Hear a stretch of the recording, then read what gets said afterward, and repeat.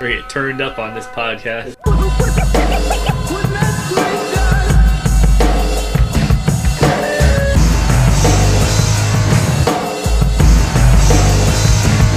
If you can feel what I'm feeling, then it's a musical masterpiece. Hear what I'm dealing with, and that's cool at least. What's running through my mind comes through in my walk. Two feelings of soul from the way that I talk. So it's just getting everything wrong the whole time.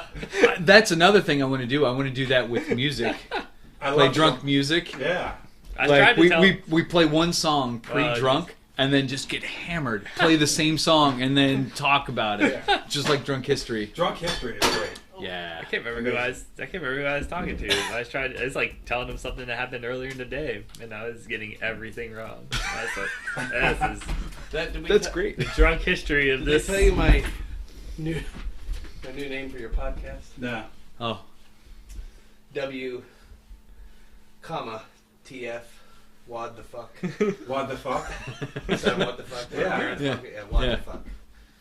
I like that.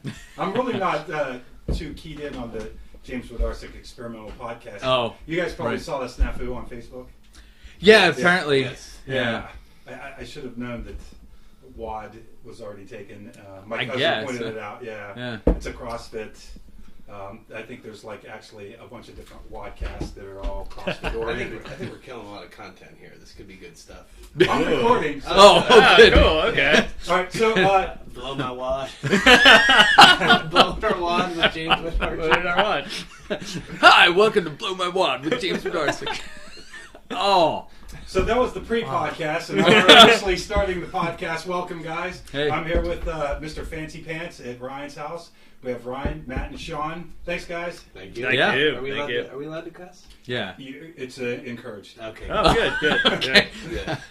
So, hot off the heels of the Young Preservationist prom. That's right. We do bar mitzvahs and Adult bar mitzvah. adult bar mitzvahs, yeah. It's adult, any special occasion as long as it's the adult version of it. I'm waiting for that time when someone comes and they're like, "Can you guys do my wedding?" And then we're gonna my God. it's gonna happen. It's gonna eventually. happen. If Brian Vamp can get a wedding, we can get a wedding.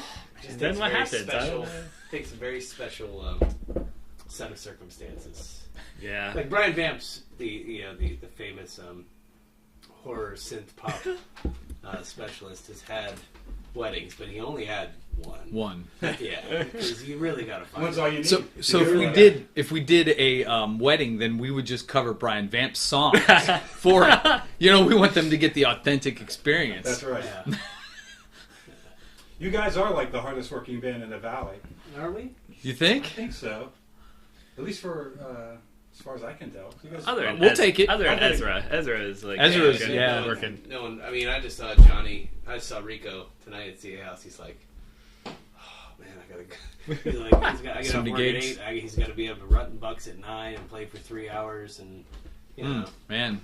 No, that's we usually get a break before our gigs. Yeah. On a Saturday, but It seems like you guys are having a lot of fun, though, and that's. I love seeing the enthusiasm and just you guys are. You get out there and you get after it, and I mean that's kind of what being in the band is all about. It gets to you. You just want to do it all the time. I think it's great. Yeah. Yeah. Yeah, we just need people to carry our equipment for us now. That's Yeah. all. Yeah. that's all we want. It's always worse on the drummer, Yeah. unless you have a Like big bass cabinet. Then 100. Yeah. Yeah. It's the worst. And that River City was actually the worst, I think. River City's a tough place because you gotta. There's all kinds. You gotta get in there. You gotta get to the elevator. You gotta get upstairs. And Yeah. it's a little bit easier at other places, but Yeah. not as much room. Yeah. When I played the drums, after a while, if you were playing a lot of weekends, I took all the bottom heads off of everything so that they would all stack with each other. yeah. You could just carry them all at Yeah, once. nesting dolls. Yeah. Yeah. You reduce it down to a hi-hat and a ride Oh, cymbal yeah. and a tiny crash, and Yeah. you learn to just throw everything over, carry it all at once. Yeah. Tell the bass player to get a smaller cabinet. Well, I mean, I have the 210 and the 410. You know, it's Yeah. although that 210 is so heavy, The 210 is ridiculous. I don't it know. is nearly as heavy as the 410. So there's almost no point. I don't know. I played with a bass player once. He put spikes on the bottom of his cabinet so he'd get it on stage, and he planted into the stage. Oh wow. Yeah, I guess I don't know anything about guitars and that. I'm a stupid drummer. But apparently being solidly mounted to the stage helped the sound. Yeah. Oh, maybe he just liked destroying see. things. Well, but he did that. Yeah. He also wore cleats. He jumped a lot. Like constant. He was an electrical engineer, so he built his whole rig. Oh, but nice. he was always working on it and fixing it Oh. because it wasn't made to be carted around. Oh. It did sound good when it worked. In another world, he would have been a super villain. Oh, absolutely. I haven't talked to him in years. He might be working on that right now. Lightning rod. Using electricity and sharp, pointed objects to... Four-finger death spike.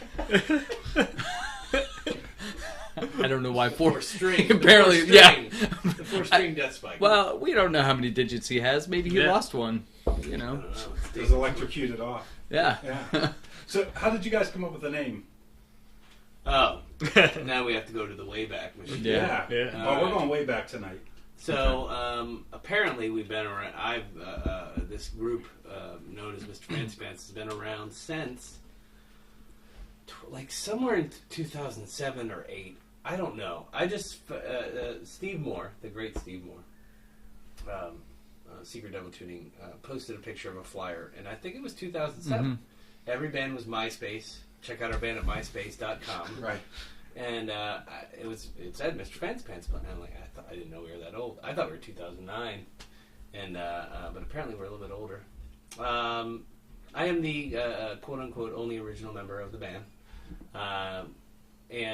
but the name is there is no secret message behind it. It is from Army of Darkness.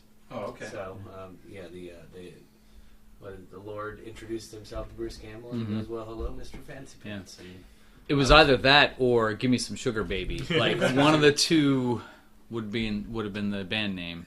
yeah, and it was GSSB. GM. GMSB. Yeah, we're good with No, acronyms. GMSSB. Give Yeah. Me Some Sugar, Baby. Anyway. Yeah. It's there's nothing more to it. I guess why I chose that, I guess, would be I'm one of those hipster dudes. You know? Nothing wrong with that. But obviously a self-aware one. So The first step is to admit it. yeah, when Yeah. you catch yourself, Yeah. you catch yourself, and you're like, man, I'm really being a dick. You know? Even if it's in your own head, you're like, jeez Louise, get over yourself. Well, I've had people call me hipster, and I'm like, oh, "Fuck you." Wait, and then I think about it. I'm like, yeah. "Oh shit, Yeah. yeah, I guess they're right." Yeah. Damn it. You wear glasses, you have sideburns. Yeah. You're Yeah, locked in. I don't drink PBR though, so Yeah. that's one. Do you have Oh, you're drinking the over shoulder IPA. bag? Oh, IPA, yeah. shit. Yeah. It was messenger Yeah. bag. Yep. Conflict. Man Kevin purse, Durant. man. I That's guess okay. it was. I guess it was kind of a self-inflicted punishment to myself to remind myself that not to get too haughty when you're. Well, self-humbling name. Yeah, Yeah. kind of. I guess so. Yeah. You know, and plus it's just funny. And the first gig we ever played, the bartender at the bar, we were outside smoking together, and I go, "Hey, when we get up on stage, when I say, hey, hi, I'm Mr. Fancy Pants, can you just yell out, well, hello, Mr. Fancy Pants?" Did you everybody do it? Did. And Oh. we probably should get people to. That could be our calling thing. Yeah, You know, right. it's like, you wanted the best you got. You know that thing. Yeah. At the beginning of Kiss shows, that could be our thing. Nice. I We like need to that. start having. Well, we have our crew. We have our Oh, the Oh, Mem yeah. Squad. boosters, Yeah. the Mem Squad, who Mem follow us Squad. around, dance, and get everyone excited. Yeah. You know. Yeah. So Okay. we We'll give have them do it. Simple assignment. I got a great intro for Weird Lightning tomorrow. It's going to be great. Okay. It's going to be awesome. So Were you guys playing tomorrow? no, we're not playing. Oh. My wife and our friend Josh, Yeah. who are two of our biggest supporters, Mm-hmm. along with Ryan's wife. They are in a group together called Weird Lightning, and they are playing at the New Faces Showcase at Tomorrow's Third Friday. Third Right, Friday. right. So I plan on being there. yes, Yeah. so Yeah. I have a great introduction for Oh, them. good. So it's going to be fun. Is it going to be weird? Lightning. That was a good one too. Speaking of Third Fridays, the first Bridge and Tunnel show there, the showcase, Yes. was Mhm. one of the best shows I've seen in, I think, the Valley. Everybody, there was such a energy in the room that night. Yeah. Yeah. It was great. Yeah. I think it was a good way to get people excited about local music. Mm-hmm. It was a great launch. I'd like to do that again. I don't know. It was just all. It was all Yeah, love. yeah. that It night. was great. It was a lot of fun and a very, very good idea. Oh, man, yeah.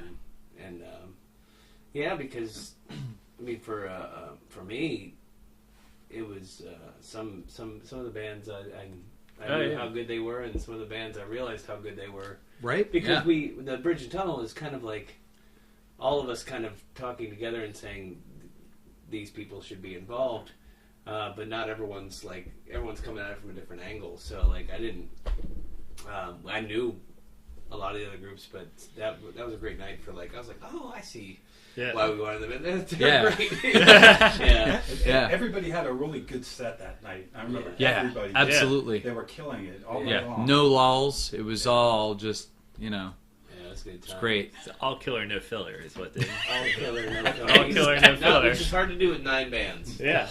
Really? Hard to do with 9 Yeah. acts. Yeah, usually there's a plunker in there somewhere. Yeah. It's all good. Yeah. Even Mike had that full band and Oh, God. That's right. I love Mike with a full band. Yeah. Good times. So who came next then? Well, the band started with me and my friend Jeff and my friend John, our friend John, and I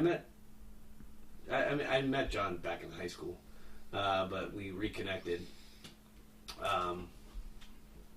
sometime in obviously the mid 2000s, and he was still playing drums and I was playing, and he didn't have much to do. He was newly single.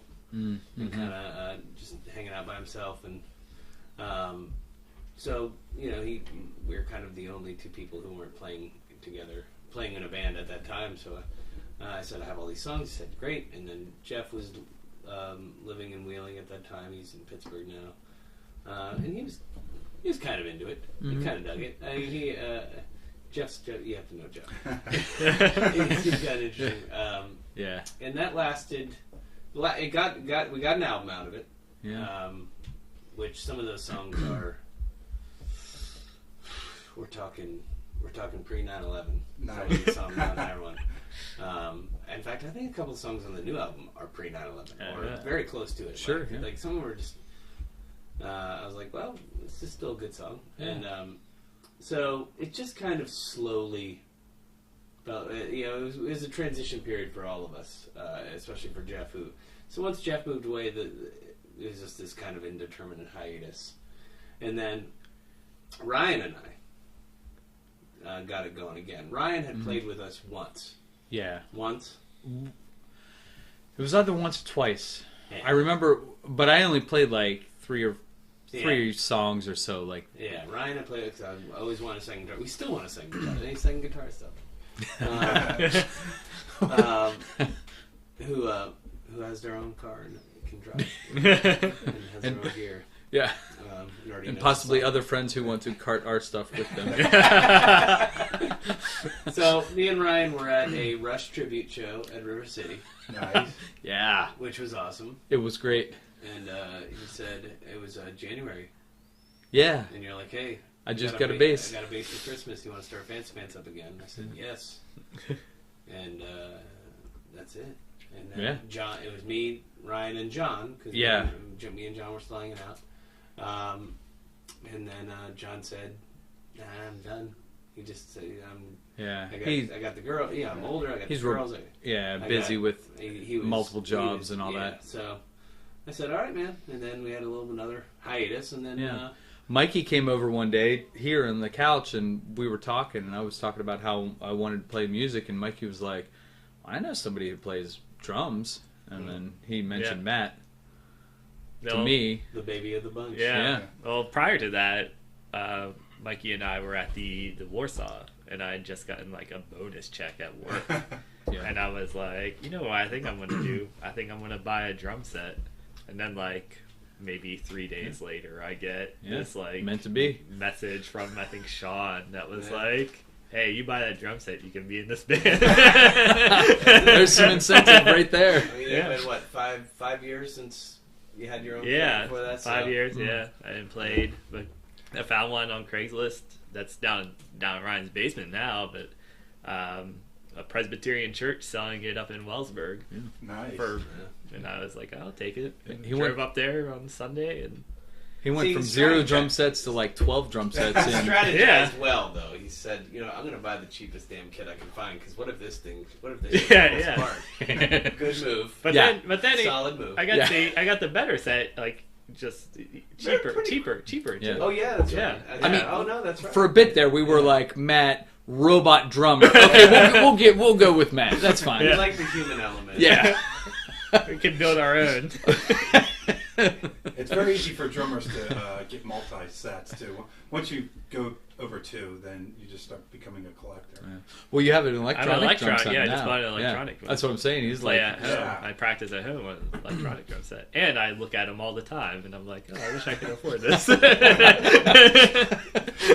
Most of my drum sets ended up being garage sale drum sets that I would cover with contact paper, and then usually they get destroyed somewhere after 6-7 weeks. And You know, then started sure. I have a yeah. friend in Pittsburgh who he buys them on Craigslist, like crappy ones, and then he in his garage he fixes them up Yeah. and then sells them. I never For fixed them up. I just hundreds of dollars, thousands sometimes. my barber does that. He buys drum sets. He keeps the cymbals, which are really expensive. Yeah. And then he just sells off the drums. So when did you start? When did you learn to play the drums? When did you start playing? I think 5th grade. Same here. Yeah.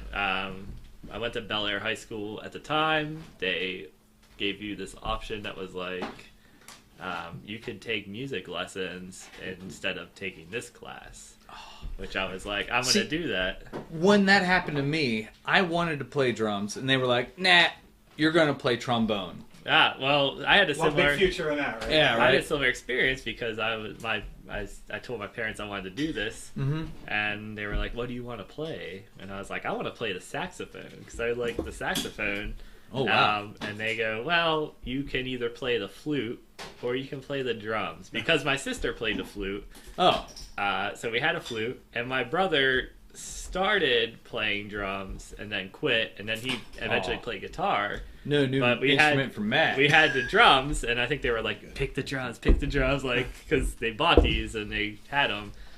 So at the time I was like, It was a frugal decision. yeah. Well, And good so, choice, though. At the time I was like, drums, because the flute's like a girl instrument, and you can't like play. We could have had our Rusted Root cover. Yeah. Oh, Jethro Tull cover band. Yeah, Jethro Tull. That's We true. would have gone Rusted Root. My parents told me that I had to play an instrument, so the school tested me, and they said, "Oh no, the only thing he can do is play the drums. He's tone deaf. That's it." So I was like, "Well, that's cool. I'll play the drums." And so when they give you your stuff, I was really excited to get like a drum set or something, and they give you the little practice pad. Yeah. And One of those? yeah, exactly. Yeah.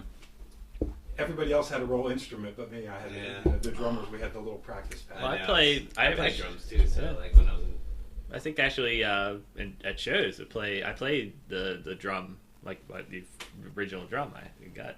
Really? The snare drum, yeah, snare drum. Oh, nice. It's it's like one of those vintage drums, so everybody wants them. Although like the lugs are all rusted, I can't change the heads. So the minute the heads ever go, then I'm screwed. But we'll get some of that spray. WD-40, yeah, Yeah. That's it. yeah. Right, And right below us. the worst, I was much better than I was. That 5 years kind of took. I was much better before, and that was mainly because the guy who taught lessons was the best man at my dad's wedding. So they were like best friends. So they were like, "Did Matt practice?" They kept you. Or they he'd kept be you on like, it. he'd be Yeah. at my house after like with my like hanging out with my dad. I'd just be like, I gotta practice. I can't not now. So you started out as a guitar player, and you got a bass. So you basically got your instrument as well, right before you joined the band. Yeah, before the second incarnation of the Pants. I'm thinking if I buy an instrument of some sort, a couple days later, Get a I'll saxophone. Yeah. Because we need somebody to play. We only cover songs with saxophone solos. What if I played it on the French horn? Because that's kind of where be I'm kinda at cool. right now. Okay. We can play For No One by the Beatles. That's the only song I know that has a French horn on it.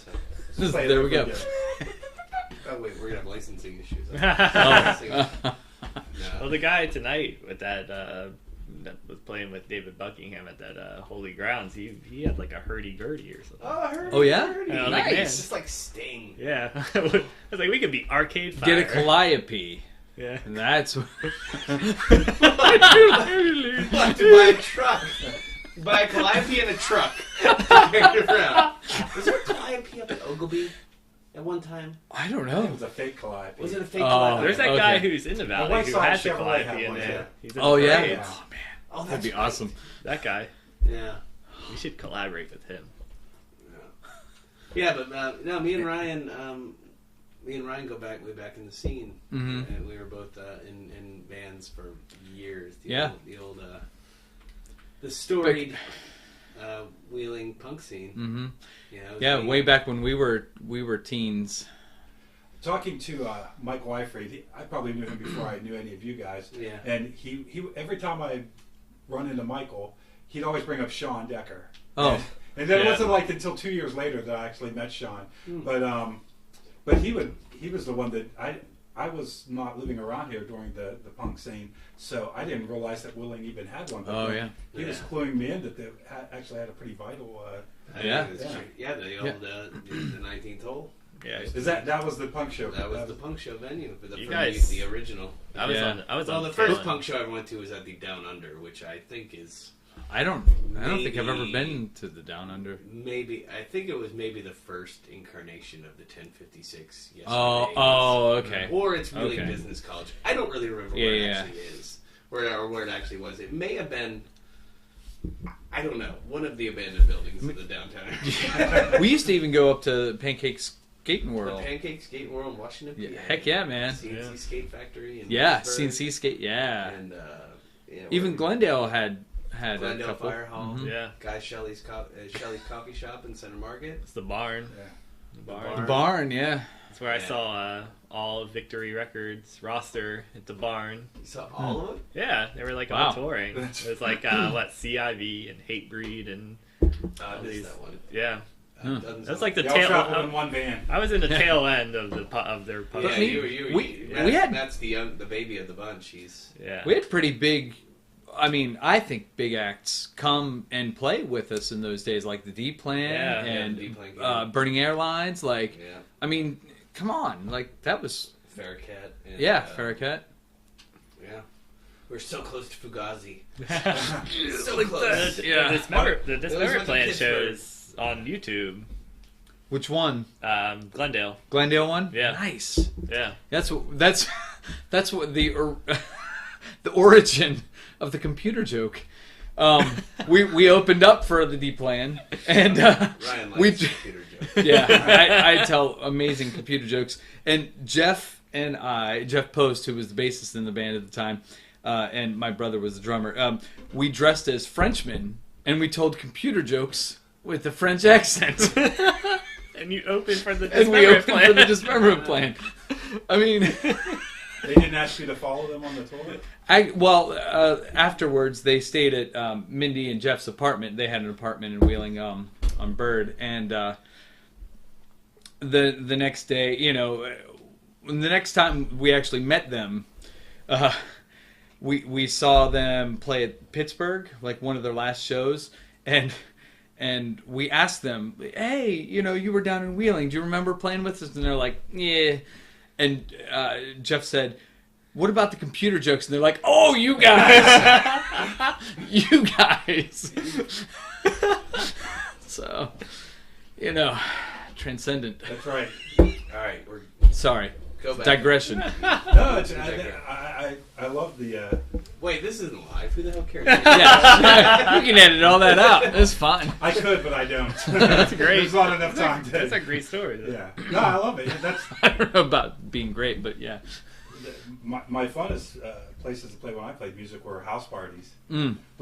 I was in a band. Done a few of those, yeah. We did a lot of after hours parties. That was kind of our thing for a couple of summers, and we were all in other bands. But my very good friends, we had a band just for fun, and we would play after everybody did their shows around town. They'd all go to the after hours, and we'd start at maybe 3:00 in the morning and play till 4:30. And Wow. and never once did we ever get shut down by the police, which That's is nice. amazing. Only because most of the time we were playing in neighborhoods where they were selling crack and doing other things, so that They have bigger things to worry about. At least they knew what we were up to in there was just playing some music. We had the cops called on us a couple times for the brewery. pants. Yeah, the brewery. The brewery, and Really? when we were, for being too loud. No, I think don't that know. was I think that was for people being outside. Oh, was it? Drinks Oh, okay. In my completely hammered Well, situation. Well, in my mind, it was Yeah, because we roofied. were too loud. Who may have been roofied after one Oh, of our shows. oh yeah, that's right. Dude. Yeah, I won't say by who, but yeah. no. We all know it was Matt. The It's JCs. fine. It's fine. Yeah, the JCs. We were playing. We were practicing for our first 80 show. The first time that we were going to 3-hour gig. first 3-hour cover gig. We never really played covers that much anyway until this point. And And that's how we make our money now. yeah, I know. Yeah. That was, But we were playing. we're not going to take We're it. not going to take it. And then a knock, knock, knock. It's the officer, and we're like, okay, we'll take it.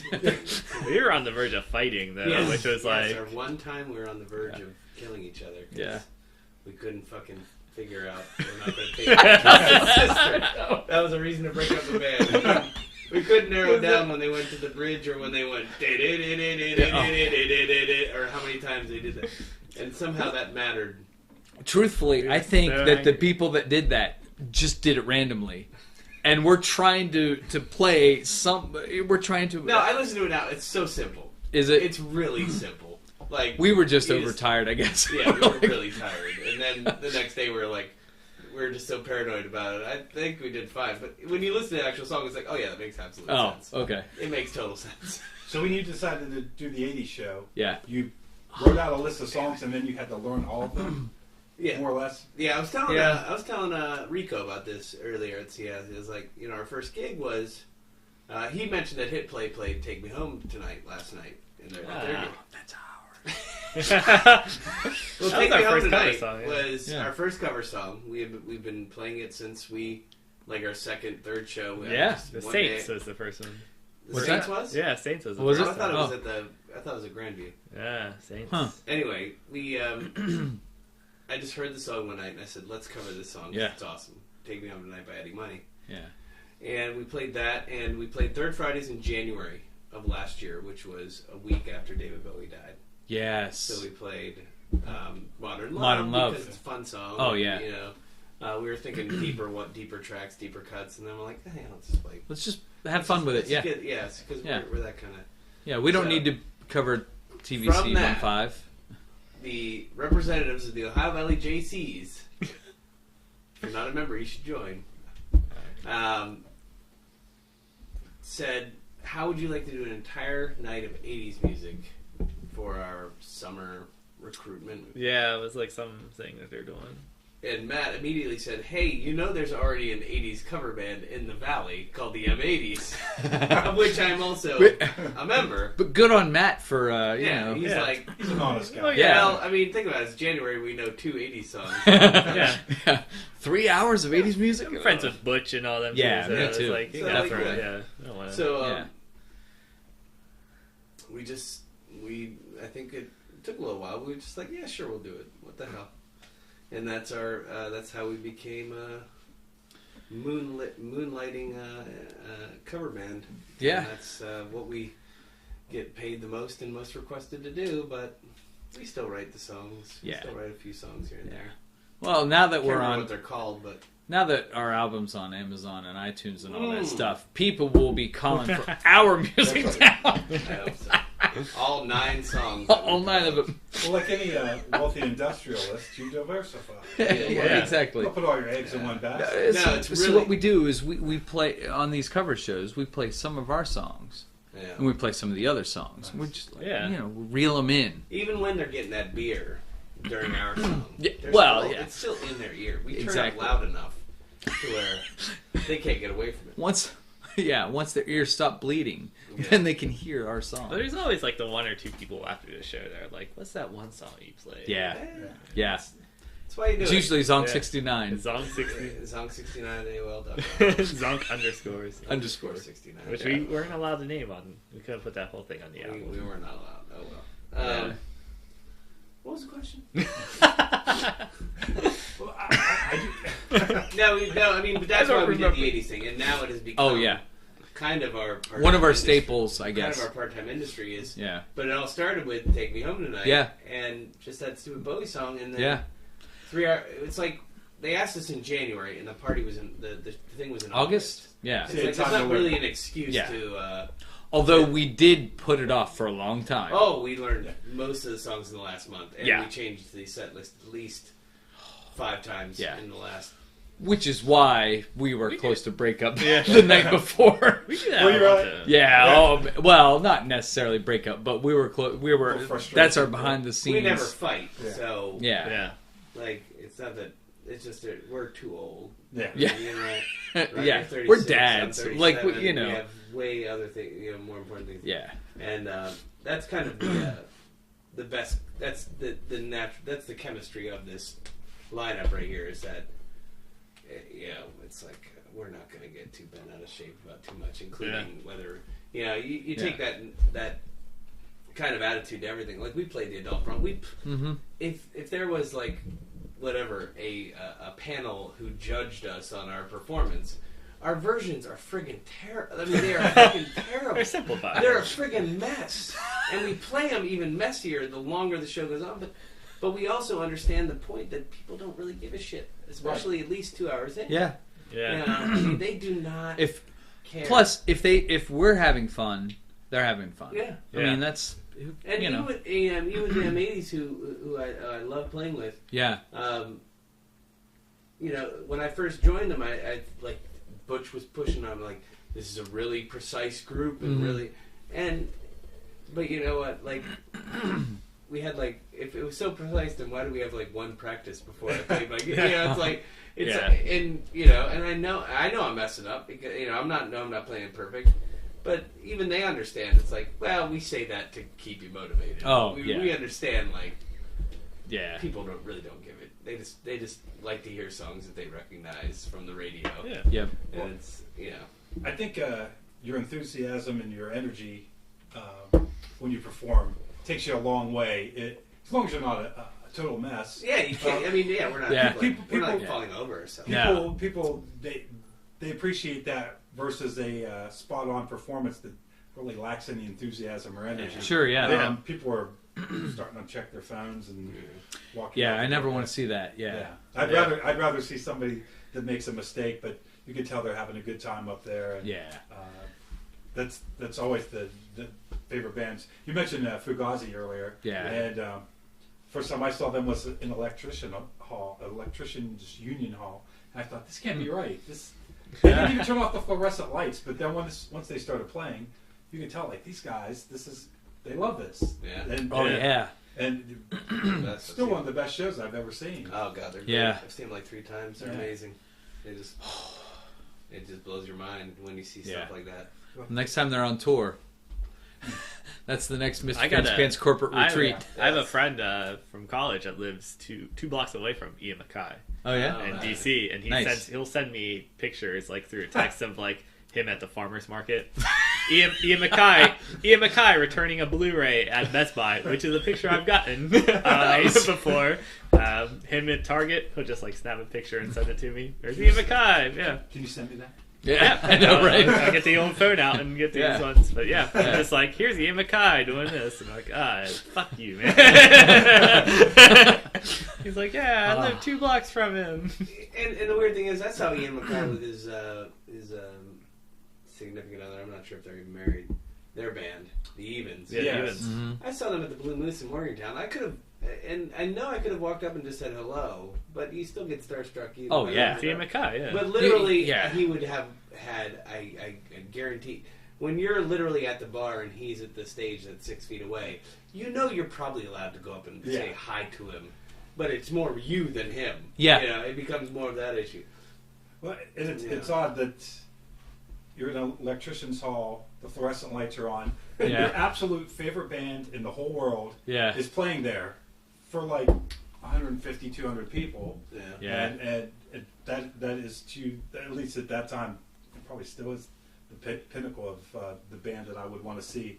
Now you saw them in their original incarnation. I didn't see them until they were a couple times, reunited. yeah. Not reunited, but till they weren't really making any new albums when I first saw them. And I backed into the guy that booked the show. I backed into his Saturn with my Trans Am.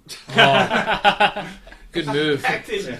That's the title. It should be like that's the title of our new song. Yeah. I backed into his Saturn with my Trans Am. You'd think though that story should be like the car should be transposed in that story. But and the funny thing, he goes, "Oh, yeah, these panels, they just pop out." I'm like, "Oh, okay." Wow. Hey. All right. Where were we? We went somewhere. Digression. We took a journey. Yeah. Fugazi. yeah. So, what was the first band you were ever in? Oh God, I was 12 years old. I was the drummer because that was my first instrument. 10 years old, I picked up the drums through a school program. My parents got me a drum set pretty quickly. Like I think I only had to, I was fine at drumming. I guess I wasn't. I couldn't hit them real hard, so I was so little.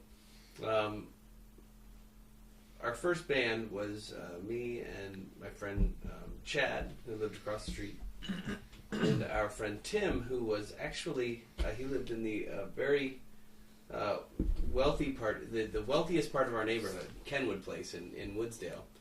He lived in the Cedar home, and if you're local, you know exactly what house I'm talking about. But he was from Australia, and he was a year older, and so we were in 8th grade, and he was in high school, and the reason why we met is because when I was 10 years old, when I was 12 years old, my uncle this is a really long story, roundabout way, but there's some gold in here. There's gold in here. This is suburban story gold. This is as exciting as it gets. It's gold, Jerry. Yeah. Gold. It's Gold. Yeah. So when I was 12 years old, my uncle from Chicago had no idea what I liked. So for Christmas, they send packages. He sent me a Bad Brains t-shirt. Oh, nice. I did not know who the Bad Brains were. He sent me a Misfits t-shirt. Evil never dies. Evil never dives. Evil never dies. Dives. And he sent me a tape, DRI Thrash Zone. You know DRI? Dirty Rotten Imbeciles? Yes, absolutely. I don't know that. Oh no. man, it's the best. But so far, DRI his track record is last amazing. Year. They're like old as shit, but they're still going. Anyway, so that's literally I became kind of punk because I was already into GNR. Yeah. So I already had the attitude. Of course. Yeah. Like I had I was not a Def Leppard kid. I was GNR. I was absolutely. I was. Me too. I liked the Yeah. badass. I still like them. Yeah. But it wasn't even, and the music was great, but it was more the attitude. Like I wanted to be a bad boy for kind of a badass punk. Yep. For no real reason. Probably because I was short, and Well, I'm not short, so I don't know anything about that. Oh yeah, you're huge. So I kind of connect there, like with this kid who skateboards in my class. So I started skateboarding. Terrible. I mean, I'm the most uncoordinated person. But that got me to meet this kid from Australia who happened to get an Ibanez guitar for Christmas or something. It's all about Christmas. Yeah. It's a very suburban story. Yeah, absolutely. Yeah. Yep. And he saw me skateboarding while I was delivering papers in his neighborhood, and he said, somehow he heard that I played drums. Or no, he wanted to skateboard with me because no one else did. And then he found out I played drums, and we said, all right, we're going to start a band. So the first incarnation, I believe the first name we came up with was Spit. Perfect punk band. Which we were not punk enough. Yeah. We were already kind of emo, a little bit in that, kind of that realm. So I think we changed our name to Calvin, which was, nice, super smoothie, creamy name to have. For... What, didn't somebody? I just recently heard the story. Didn't somebody call you Calvin Klein because you? Because your mom when you traveled back in time. Yeah. No, I think it was something like that, and I can't. I don't know. Okay. Anyway, So, that was not what I would call the realest of real bands I've ever been in. That's three 12, 13-year-old kids. We had songs called, like, Conspiracy. Of course. But the chorus was C-O-N-spiracy because we watched In Living Color, and that was a skit. Oh, yes. So we were writing lyrics like that. That was the extent of our lyrics. Oh, it's awesome. And, like, we would, like, literally, we had a chorus to a song where we spelled out C-O-N-spiracy like David Wayans did in that one skit from In Living Color. Because so awesome. We watched In Living Color. That was the baddest ass thing we could think to do. Absolutely. Was Motley Crue, GNR, and watch In Living Color. That's as badass as you got. Yeah. And skateboarded. That was as punk as you got in the suburbs of Wheeling, West Virginia. So it turned into a thing. I kept playing drums for a while, and my first, I guess, attempt at a real that was we played one gig at like Warwood Elementary School, opening up for like 16 death metal bands or 60 horrible, metal bands where the kids were so much older. They were like 15 and 16. Well, that's worlds apart. It was like triple booked. Yeah. With every band, but so I kept playing drums, played the marching band at Central, and then really I met and just you kind of end up meeting the same people that you knew when you were 12. Right. You could just kind of keep meeting up with them in different. And I went to Central and all the other. The big deal was I went to Central and other kids went to Park, and it was like engaging with them in some kind of social congress was enough. It was strange enough. So like, but I was like the only musician at Wheeling Central High School except Dave Klug. Dave Klug came up to me and said, "I play bass, and I got this kid from Park who plays guitar. We want to start. We were trying to keep something together. We need a drummer. Yeah. So that was I believe we called ourselves Lufa. But then we called ourselves Alloy. Oh, yeah. When we played under that moniker at the Greyhound on the island, opening up for UDR, they were Bala at the time. I think I saw that. You wouldn't have been allowed in. We weren't even allowed in. At the No, Greyhound? I swear I saw Alloy. I'm sure you did. We probably played more than... okay. Yeah, but you didn't see us. That's not the band that you were talking about our that was your only gig. No, with Alloy. that's way back when. Okay. And then that kind of turned into something. That turned in... The weird thing is that we ended up calling ourselves 5 Minute Conspiracy. Which was an amazing band. Which, it's funny because we actually stole that name from another band that was playing at the same time when we were 12. Like, we stole that name. I didn't know that. That's amazing. Yeah, like, I think they called themselves 5 Men of Conspiracy. Oh. And then we just took it and called ourselves, and then they changed it to 5 Minute Conspiracy. Then we just stole it because they all moved away or did other things. And we're like, we're going to take... Oh, no, it's because this guy Christian was in that band when they were 12. Yeah. And so he's like, I could probably still take that name because no one else cares. So sure. we call ourselves 5 Minute Conspiracy. And that's a good punk rock name. It's 5 Minute Conspiracy. That's good, yeah. That's good. That was still one of my favorite of your bands. And we that was our first time where we're actually making cassette recordings, and actually we went to the studio. Nice. How old were you? I was 17 or 8. I was about 16. 17. Did you do Jamie Peck? Because we tried Mark Furby. Is that his name? I don't know. Yeah, I don't know. It was terrible. We didn't even use that record. No, we went up to Aardvark. Lou Cantanello up in Aardvark Aardvark Studios in Steubenville, which is still there, and recorded a couple tape demos, and that was the first band that kept going, and then that turns into everything else. Like 'cause that's Dave, and then Chris comes in, and then Nate too. Then you go to college, and that's where you meet. That's where I met Mikey. That's where I met Dallas. That's where I met. Yeah. Everybody. Yeah. Well, we're a Jesuit band, pretty much. We are a Jesuit band. And we were playing alumni weekend this year. Yeah. How about you? What was the first real band you were in? Well, probably one called Everything and Nothing with Mitchell Hostetter, who is a phenomenal bassist. Oh my god. And we were pretty much a glorified Nirvana cover band.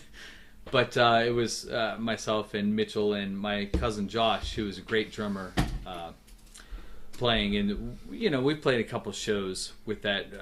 Probably most notable where I went to a pawn shop, and I barely had any money, but I saved up like, I don't know, 20 or 30 bucks and bought this crappy acoustic guitar, filled it with candy, covered the hole with duct tape. And like mid-show, I grabbed that guitar, like during one of the Nirvana breakdowns, probably, I don't know, aneurysm or something. I grabbed that guitar and I just busted it all over the... Guitar pinata? Yeah. And then this candy went everywhere. Guitar Niata. That's right. Let me just tell you this, though. If you ever fill a guitar with candy, never fill it with Jawbreakers. Because people in the crowd were just, like, they picked them up and they just, like, were throwing them. And so we were playing and getting pelted with, like, Jawbreakers. It was no fun. You brought that on yourself. Yeah. I feel Gummy like we bears. did. Yeah. Reese's Cups. Reese's Cups. Ooh, I think we were called... I need those. Yeah, everyone we were called Everything and Nothing, I think is the name of that band.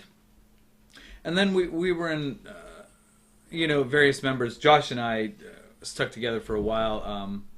We did one called Naked Carrot, and this was during the time when bands and TV shows and everything were spelling things like really cool. So we spelled Naked Carrot like naked, but with carrot like Karott.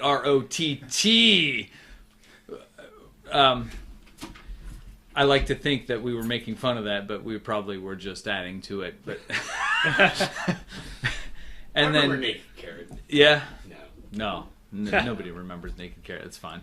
And then probably back in those days, the best and most famous band was the Mundames, which The most famous. Yeah, of those bands. Historically. Most well established. Well established, yeah. Consistent. Yeah. I don't know where you're coming from. Yeah, I don't Marshall know. County But, boys. well, yeah, that's we didn't know these, these divided Central by and it. Park people. But we would cross paths. Like I would go to their shows, and some of those people would come down. Oh, he'd act like a fucking crazy person. Yeah. Well, that's because Him I and his was a wife. crazy person. Yeah. Yeah. Stage diving? He still does. I did stage dive, yes, Yeah. but no, we in the crowd we were just I think I have ADHD or something. I don't know. Like But it this is settled Ryan. down It's- later. You gotta remember, this is Ryan and Mindy. Like Yeah. the first time I ever met Ryan, I also met Mindy. They've Right. been together forever. Like Yeah. it's an amazing relationship. Like the first time I ever saw Ryan, he was wrestling with Mindy, and they were wearing like safety vests or like some kind of like Who knows? Made in heaven. and like Who knows? neon like a lot of. I think you were Yeah. like dressed up like half army person, half Yeah. crossing guard. And you You guys anything were wrestling. You wrestled the whole time. Like I'd be Mr. Cool. I'd have like my slick back hair, Yeah. trying to look like Girls Against Boys, or like Oh, right, really yeah. just trying to look like UDR, And I'm like trying to be Mr. Cool. I got like black T-shirt on, smoking cigarettes, and Mindy and Ryan are like fucking wrestling on the ground. And, Yeah. we weird out that shit throughout our lives. Like anything to for a joke, like even at our expense. Yeah. Like it didn't matter. Whatever. I think Ryan is probably the most energetic guy I've ever seen, like on stage. So, just Oh, really? Just even watching him perform there is a show, one of our first shows. I can't remember what it is, but we're playing, and Uh-huh. I swear to God, I saw you like bend over backwards and Oh. like touch the ground, and then come right back. Sure, up. yeah. And I was like, Yeah. "What the fuck just?" It was insane. Like, but it's always like that. It's always Yeah, well. yeah. That's cool. Yeah. Yeah. So, Matt, what was the first band you were ever in? This is probably the first real band I've been in. I was in one other band. We played, I don't even remember the name of it. We played a middle school dance. It was when I was in middle school. Probably when I was in 8th grade, I think.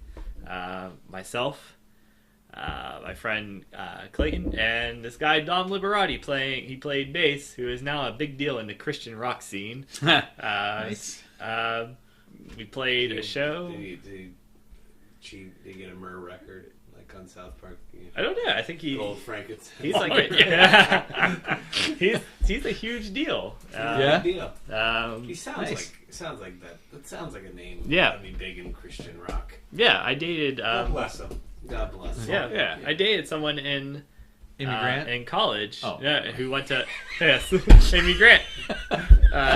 Michael W. Smith. And she went to Malone College. And Sam Malone. Sam Malone College, which is it's a Christian school in Dayton. Okay. Oh. Not Dayton. Canton. Canton. Okay. Canton. It's a huge Some Ohio Christian. town. Yeah. And she won. Did they boycott a lot of Marilyn Manson? It probably shows? did. Oh, I bet. These are kids. She called me when we were I was in college. I was at Jesuit, and she called me and she was like, you're talking on the phone.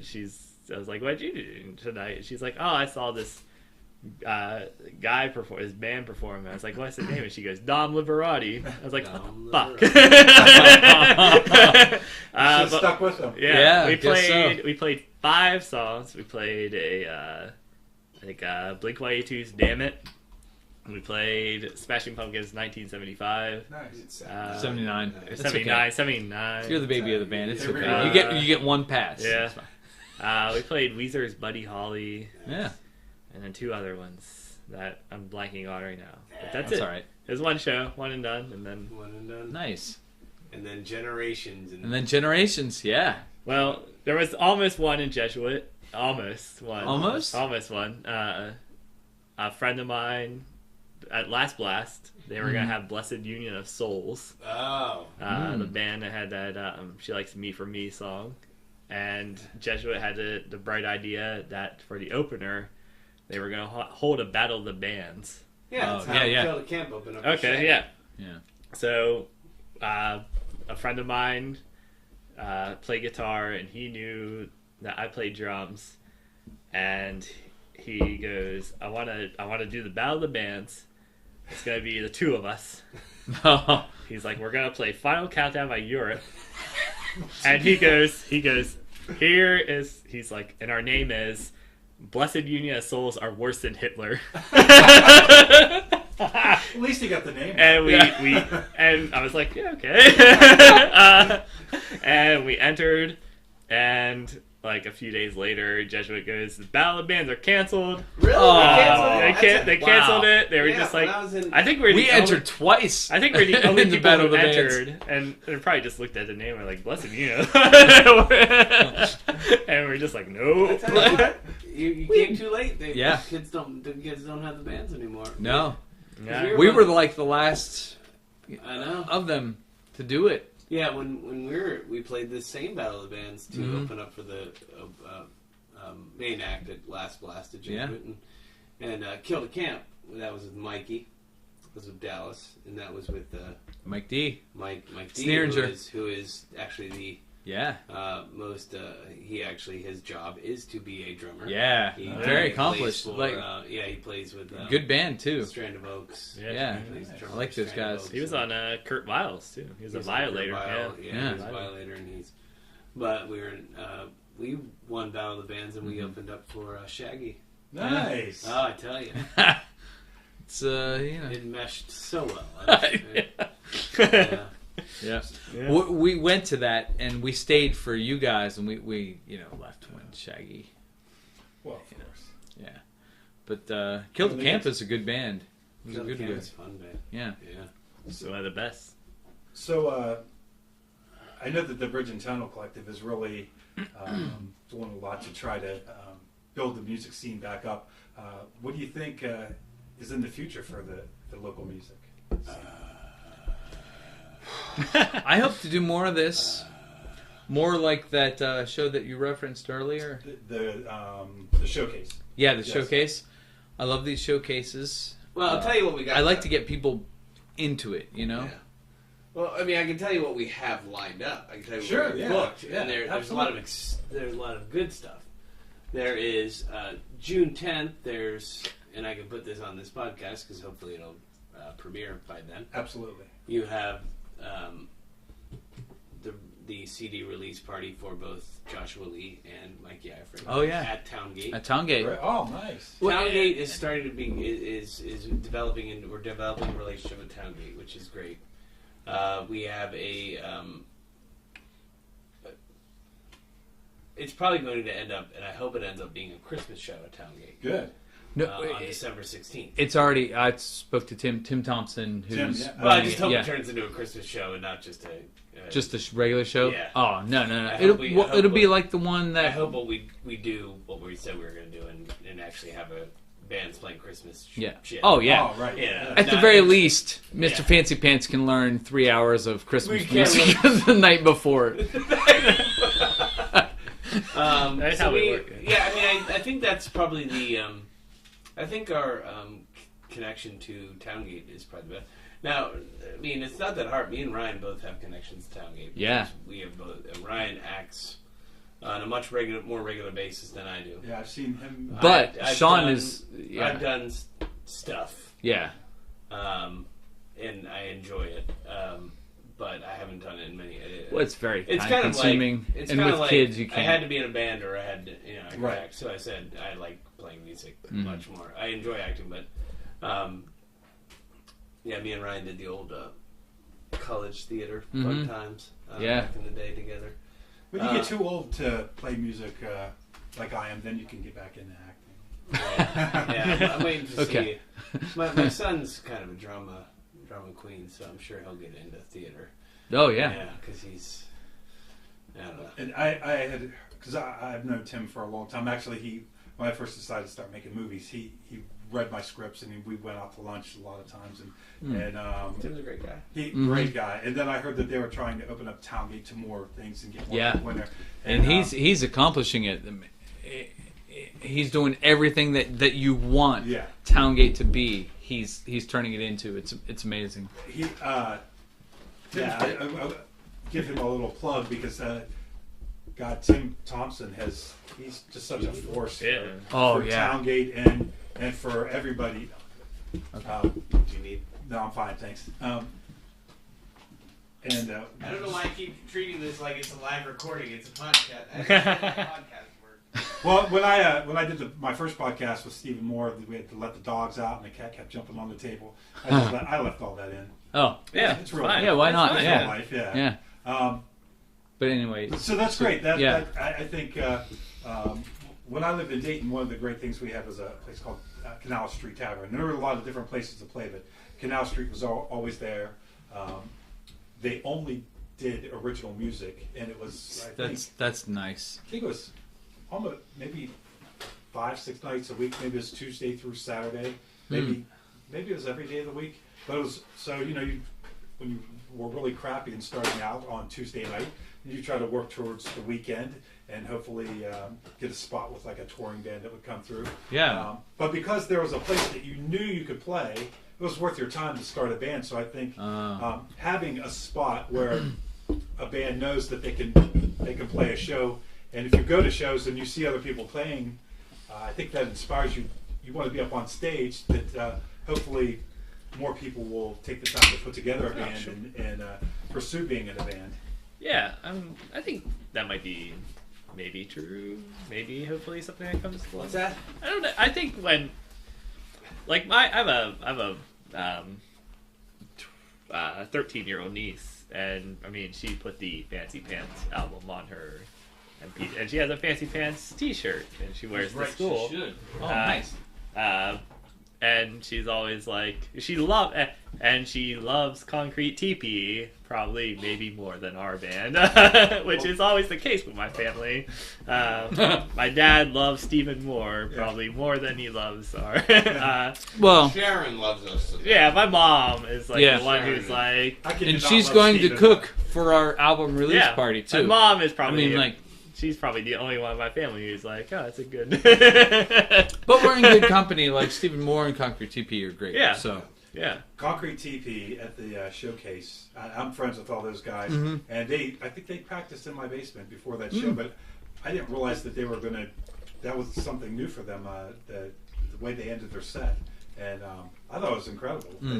I was so excited for them to see them take it to the next level. Oh yeah, good guys too. Mm-hmm. Yeah, yeah. You know what's funny, and I'd say this all the time, and Kyle would be mad at me. Kyle's quite a few years younger than me. Yeah. Like, I substitute Todd at Park when Kyle was still there. But the one band that we used to play with in the old day, all the time, Kyle's brother was in there. Now, Kyle's brother, Rick, is about, probably got 10 years, if not more, on him. So, Bungie, as I call Kyle, he used to come to our gigs all the time because we play all day with his brother's band, Ahimsa. And it's a fun relationship to have now because he's like a grown ass man. And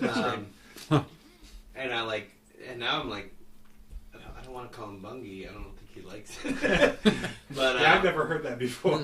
Yeah, I know, and I it'll be like me and my friend Puri who will call him Bungie. Like, we're the only two left. The only two old timers left who would ever call him that. Now there's three of us because next time I see it's done. Yeah. But yeah, it's great to watch him, and it's so funny to watch him because that was so loud. I tell Will, I was telling Will, I was painting something for Will in one of his apartments, William Wallace. I was like, you don't understand. Kyle talks exactly like Rick. And I know they're brothers and not like father and son, but there's enough distance there where I'm like, before we started playing again and Concrete Teepee came around, I hadn't seen Bungie since forever. And I'm like, man, he sounds just like Rick. Like, when he gets flustered, he sounds just like Rick. He does the same thing that Rick used to do, and it's just this kind of weird mixing of worlds, and it's fun, obviously, but the Concrete Teepee's there's something to behold. Especially that. Yeah, like I said, that's kind of what I was referencing when I was talking about the showcase. I was like, I had heard Concrete Teepee before. Yeah. But man, did they really rip the shit out of man. Absolutely. They played that Saint show, and it was like, they opened for us at the Saint. Yeah. And it was but like I think they were like feeling the same way we were. Like, what the fuck is this? Yeah. but they actually brought it to that Third Friday show, and God. it was great. I was like, wait a minute, this is the same. It just didn't feel or sound like the same band. And I was like, that's killer, man. I met like Will through Jake Doherty and all those people. Will I think actually he goes by Slumdog Thousandaire. But yeah. But and it's like this whole, I don't know, I hang out with them a lot. You know, Eddie or Will or any of them will be like, "What do you?" Like, it is pretty dry, isn't it? You're like, "What are you doing?" And so I'm like, hang out with them. And it's always a good time. They're a fun group of guys. They are. That's one thing I've probably seen them play more than any of the bands around here, just because I'm friends with them. They have a good time. And you guys do too, and so does Stephen Moore. And really, I think everybody, but definitely you three come to mind the most, of just to get out there and are having a great time playing music, and that's what I like to see. I'm all for like serious musicianship, but on a Friday night, people that are out there just having a good time, and you can see the enthusiasm. That's really, I think, what people want to see. I guess they want to see a little bit of everything, but it's definitely infectious. Yeah. I mean, and Ryan, honestly, we haven't, in the way we perform, we probably haven't changed in 20 years. Like, I doubt it, we used to do this shit. We've been doing this shit for like 20 years. Like, like, I think the reason I want a second guitarist in the band is so I don't have to play as much, just so I can fucking jump around and like, just do weird stuff. Just do weird shit. Because I'm like, I feel so restricted. I got to play all this music, and I'm like, come on, can I just ring out a note and like, you know? I know I can play better than I do on stage, but I'm just having such a good time. I'm like, whatever. I'm hitting stuff. I don't care. Well, it's good. You get caught up in the moment. And that's that's fun. Yeah. So, Okay. Yeah, and you just can't, like, I played with Joshua Lee, Mm-hmm. and the other couple weeks ago, and I'm like, he has to calm. He's like, dude, you gotta. Yeah, you were jumping around. Chill out. You were like jumping around on stage Oh. and stuff. I'm like, listen, man, this is just the way I do. I've been doing it. I mean, you go back and you look at the old pictures and the old videos from 20 years ago. I'm doing the same shit. Yeah. Like, I was in a band. At one point, I was in a group where I was just a singer. Oh, my man. God. It was like no. You were no almost reach. that in Four Horsemen, but you played some keys and some extra guitar too. But I imagine a no holds barred Sean on stage would be something to behold. Yeah, if I could jump high enough, I'd jump through. Grab The David Lee Roth. Yeah. grab a basketball hoop and Fugazi style. Yeah. Fugazi style. Yeah. Yeah, it's just, I don't know. You just get, I've been that way. That's the way I started, and that's the way it keeps going. And Yeah. and it kind of depends on how you start, I guess, sometimes. Well, and I think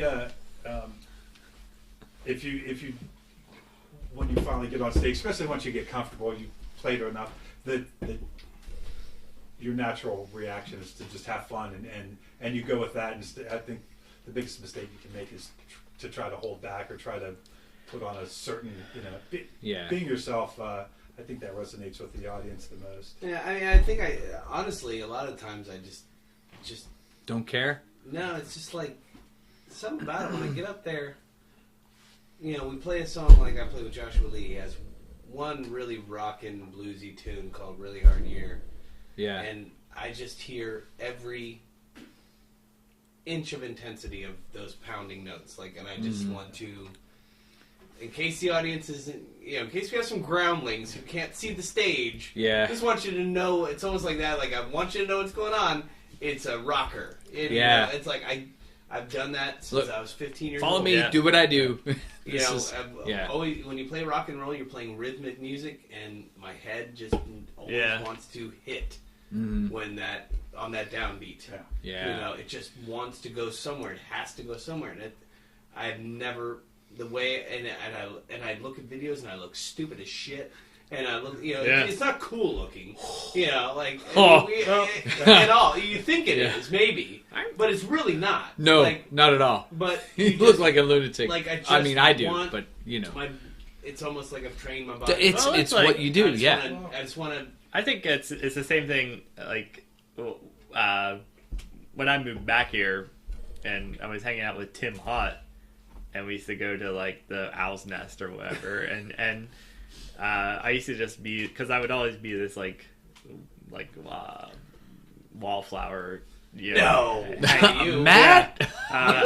And he would be like, you just gotta just get out there and just, because he's like, people just they react if you're out there just dancing on the dance floor, and you don't care what anyone thinks, that's the way. He's like, that's what people like. Well, that's what girls like. That's what you told me. That's not what people like. That's what girls like. Yeah. And so, and I think it's the same thing. Not worked out. We play these songs and I'm just like. If he told you anything else that girls like, can you? After well, go to the Owl's Nest. Don't say it on the mic because we don't want everybody to know. Yeah. I will say that anytime I've ever even just walked in front of the camera and I see myself, I hate it. Yeah. And so I think when you see yourself on stage, to you, you're like, oh, I look like an idiot. But I think when you really look like an idiot is if you're trying to put on an act and it's not how you really feel. Then that's when the audience. If you're up there and you're just doing what naturally comes to you, I don't think people see it as if it's authentic. It comes across that way. Yeah. And if it's fake, then it does look more idiotic, even if it could be the same actual physical motions. It's kind of. I mean, even back in high school, I was in a band that played dances twice. I think we played 3 times. Nice. And we played "Lump" by I love Otis. That's a great song. Yeah. But I just go ape shit. The song just got pumped up. I mean, it's a great song. And people thought it was both funny, but at the end of it, they're going crazy because You're having here fun. you have a 15, 16-year-old kid who's willing to let it all out at a time when no one... Yeah. I teach these little whatevers right now. Like, literally, they will, like, they are... And we were all the same at that age anyway, too. So they have to weigh more than they actually show up on them because they're so dense with tension and, like, you know, of the adolescent sexual kind of weirdness. Like, they are afraid to do anything. Yeah. Like, they're afraid of their own fucking shadow. Yeah. So when they see one of their own, and I wasn't a nerd. I wouldn't call it concern. I didn't go to a big enough school to be, like, kind of one of these, like you know. Yeah. I wasn't the coolest kid, but people liked me, and I wasn't, like, not like I'm, like, I wasn't extraordinarily socially awkward. But to see me kind of go crazy in my whatever, like, sweater vest allowed them to do the same. I was basically dressed like Ross from Friends, you know, at a school dance because that's how you dress in high school. It's funny, I was dressed like Courtney Cox. No, I was dressed like, maybe it was more Chandler. It was Chandler. Oh, okay. It was a lot of sweater. It was a lot of V-neck. Oh vests. yeah. And so, were you trying to stay a virgin? I was. that my clothing had nothing to do with that. I started talking about Star Wars earlier. Yeah. And I mean, I wasn't. You know, I talked to people, but you know, I think there is something to it. Like, you're their release for them. Like, thank God I didn't have to do that. So, like, I mean, this band was literally, like, probably the nerdiest, weirdest people in but we were all. The difference is that we were all kind of either so socially inept that we didn't realize that no one liked us, or we were just normal, and then we turned into these kind of different kind of beings. That band was called Likewise. Likewise. What did you? Was it all original or covers? No, all covers. Okay. We played Lump. Yeah. We played Last Dance with Mary Jane. Oh yeah. We played not that's one, the best Tom Petty song. Oh. Best played ever. Yes. Not one, but two songs by the band live. Oh. We both played I Alone and Lightning Strikes or whatever it is. Crashes. Lightning Crashes. On which I played the tambourine. Ooh. We played what was that song? We played Peaches and Lump because you couldn't play one without the other. We tried. We played Peaches. We played Peaches. Spontaneously. POTUS was so hot in 1996. POTUS is a great band. Great band. I can't believe they broke up. I think USA. We played Peaches at the 90s old. Exactly. No, we did not. We played. Some guy asked us to play Peaches because it was like the anniversary of Peaches. The day we played, it was like Peaches came out 30 years ago or whatever it was, and we did not know how to play it. No, we took a 5-minute break. It was before we started. Oh, was it? We had 5 minutes before we started. We were like, "What if we could learn Peaches?" Yeah. So we looked it up online and we listened to it, and we did not play it at all. We did reasonably well, I think. Yeah. I had my phone up on like the stand. And I was like, "We're like, okay, next is Peaches go." I think the worst from that night was when that same guy asked us to play Blister in the Sun. Oh yeah. And that was like right before our break. So that's why we take no more requests. On the break, we listened to it. I don't think we listened to it. Did we? No, I don't think we did. I don't think we did. Because you guys were like, "Oh, I know this song." Yeah, and I was like, "Yeah, I know this song." And I've heard this song a million times. Yeah, then it got to the point pre-2000, but yeah. After they do like that part, and then we got to that like that middle or that part after that, and I go, "Oh fuck, I don't remember how this song goes." We all did that. We're like, okay, whatever. You always think you know how the song goes until you play it. And I like, panicked. oh wait, in front of a crowd. Well, at least he didn't ask for the "Why Can't I Get Just One Kiss" song. You know, waiting on the butt. That one, waiting on the butt. Waiting on the butt. Waiting on the bus. Waiting on the butt. Oh, waiting on the bus. Bus. Yeah, okay. Waiting on the butt. Waiting on the butt. That's a cameo song. I think. Waiting on the butt. We got another one. We're waiting on the butt. Oh my god. Mark Morrison's song too.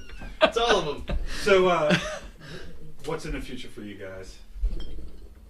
I don't know. More of the same? Just keep The future, Conan? keep pushing forward. Yeah. 3000.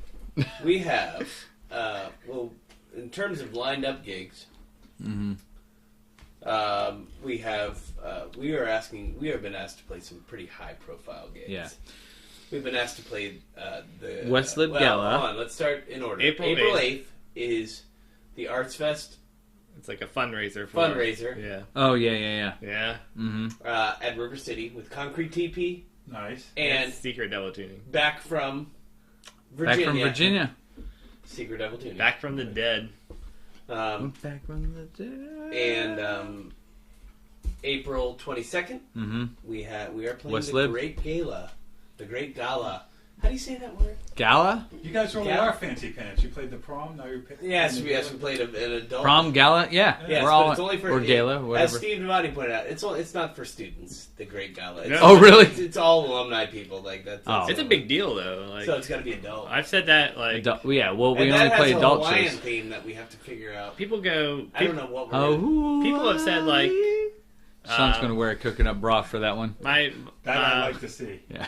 one of my relatives dates Gordy Longshaw, who's a big Oh yeah, big deal. Yeah, big deal. Yeah. You're the woman who Yeah. used to work with my wife.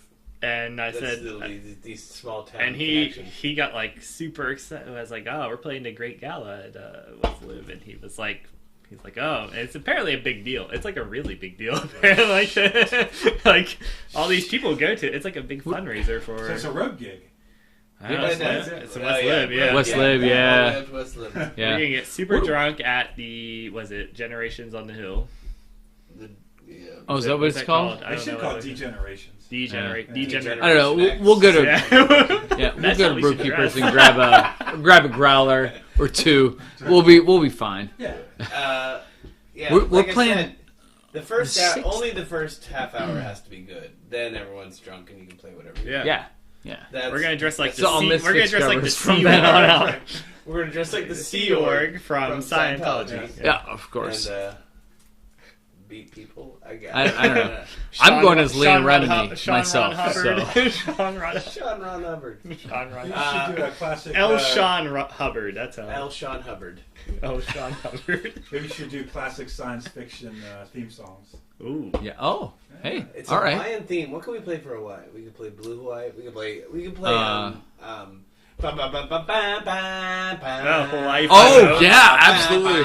Okay, done. Just like I did in marching band back in high school. I think we did it every year. All comes around, circles around. Start out with the theme. We'll do a Lost. Magnum Lost. PI theme. Magnum PI. Lost. Yeah. Lost To the drone. It was in Hawaii. It was. Oh, it was yeah, actually they filmed it live. Filmed. filmed in Hawaii. Yeah. Maybe you learn like a Hawaiian greeting, so you start out that way, then you play the Wahoo. Hawaii 5-0 song, Yeah. and then you get everybody geared up that you're going to do a real Hawaiian theme, Yeah. and then after that, nothing Half else. hour. Nothing. We'll do Yeah. half an hour Just. Hawaiian song. Alright, here's Billy Idol. Death Yeah. Metal covers of Hawaiian songs. Yeah, here's Billy Idol. Just Yeah. 6 hours. Just Huey Lewis in the news. Yeah. yeah, and then Billy Idol and soil work. We're gonna go Swedish with this. We're going. what Here, else? Death metal we you have, can go. the only two gigs we have are big gigs. We have We're playing Jesuit too, right? Yeah, because we're playing. We are a. I am messing up your mics by pounding my elbow on the table. It's okay. We're We going to play in are, Pittsburgh too, right? Millvale. Oh yeah, shit, we're traveling. Now. I have On the something road, on the yes. 6th. We are truly Of May. on the road. What? I don't know. I didn't. May 6th? Yeah. We have nothing on May 6th. Okay. do I'll you have? remove that. I don't know. It doesn't say. No, Okay. Anyway, yeah. we have A festival. Great Gala. Yeah. We have what is it's a newly christened music Millvale Music in Festival, yeah. Millvale, so near Mr. Near Smalls. Mr. Smalls. Yeah. Nice. We're playing at the We're Double L. playing at the Double L bar for 40 minutes. 40 Yeah. minutes. That's it. 40 Non-stop minutes. rock. Yeah. So it'll take us longer to get there than we will to actually play. But that's hey, you gotta Yeah. you gotta do something. maybe our rank on the what's the list we got on in Pittsburgh? For the, Drusky. Maybe we'll bump up the Drusky list. Yeah. Move up a couple notches. Maybe we'll open for Guar or some shit. Oh, God. Yeah. Party Cannon. Party Cannon. Party Cannon. So, and then we have really, we're gonna pick up gigs. Like we have our CD is out right now. Yeah. Yeah. In digital Yeah. format. Yeah, how can people iTunes, Wherever they want, Amazon. really. You can listen to it on YouTube. Spotify, We pretty went soon. to It's not CD on Baby, there. so like it's friggin' everywhere. Everywhere. I mean, Tidal. Tidal. You know, if you're the most loyal Jay-Z fan ever, you listen to it on Tidal. If you sign up for that 30 months or 30 months. 30 days to get Lemonade, Yeah. you cannot get our album I because got 99 problems, but Tidal ain't one. you can no longer get our album because No, it's But all that stuff. Yeah, actually, that just happened today. It actually just happened today. We had it on Yeah. Bandcamp. We had it on, but everything with CD Baby went through, so now it's on CD Baby. It's on. You can find it Amazon, on iTunes, Amazon, all that yeah, stuff. YouTube. Excellent. Google You know, Play, um, whatever. The YouTube's a little tricky. You got to look it up by song or something. It's Yeah, weird. we need to. That's fix a it. strange So we got one. to fix that. But Yeah. But the album, And- the new album is out there. Let's Pant, Yeah. and it's Eventually, we're going to make some actual physical copies and carry Yes. them with us to We gigs are. for, to use as frisbees or something. no, but it's a really good album. It really is. Yeah. I think it is. everyone pretty needs solid. to Listen I to think it. some of the older songs are still solid. Yeah. But Absolutely. especially the new ones. Yeah. It's only 9 songs, It's Well, like that's 30 minutes. It's enough. 34 minutes of all killer, no filler, and it's great. Well, And I like when we were done with it's mixed and mastered by Dave our Klug. friend Dave, who Yeah. was in 5 Minute Conspiracy. Yeah. He was in, all those bands. Like we were. He's a great musician, it's too. It's all Yeah. together. Well, I usually at the end of the podcast I play a song from a local musician, and since I'm interviewing a band and we just talked about the album, why don't you guys introduce us? If it's okay with you, I'd like to add to the end of this a song from the album. If you guys want to maybe conclude by announcing the song that people are about to hear. All right. I think we've already mentioned it. I think we're gonna go Song? with. Is that, yeah. Ladies and gentlemen, enjoy this song. It is called Zonk _ 69 at AOL.com. Enjoy. Although we had to drop the AOL.com. Just stop. For some- Disclaimer. Just stop. Disclaimer. There's no disclaimer. No, Zonk _ 69 is our. We're calling Anthem? it. We're calling it I don't know. our single. Yeah. Yeah. Even though it wasn't, we didn't release it as a single. No. either. Not time. at all. Not at all. But we do think it's our. It's the one that makes the crowd go fucking crazy. Yeah. Yeah. Everybody It's- talks about it's afterwards. Straight up fucking.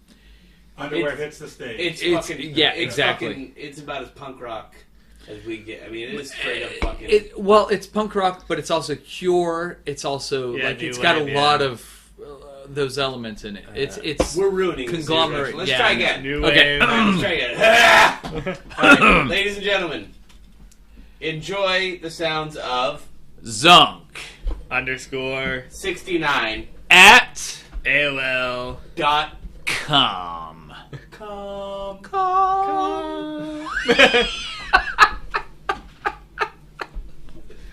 All right, thanks guys for being on the podcast, and if you stayed this long, you listened to the song, and I hope you enjoyed it and the podcast. And thank you for listening. And until the next time, see ya. All right. What the fuck? Yeah. Yeah. Cheers. Cheers. Cheers. Catch your Cheers. boat now. Yes.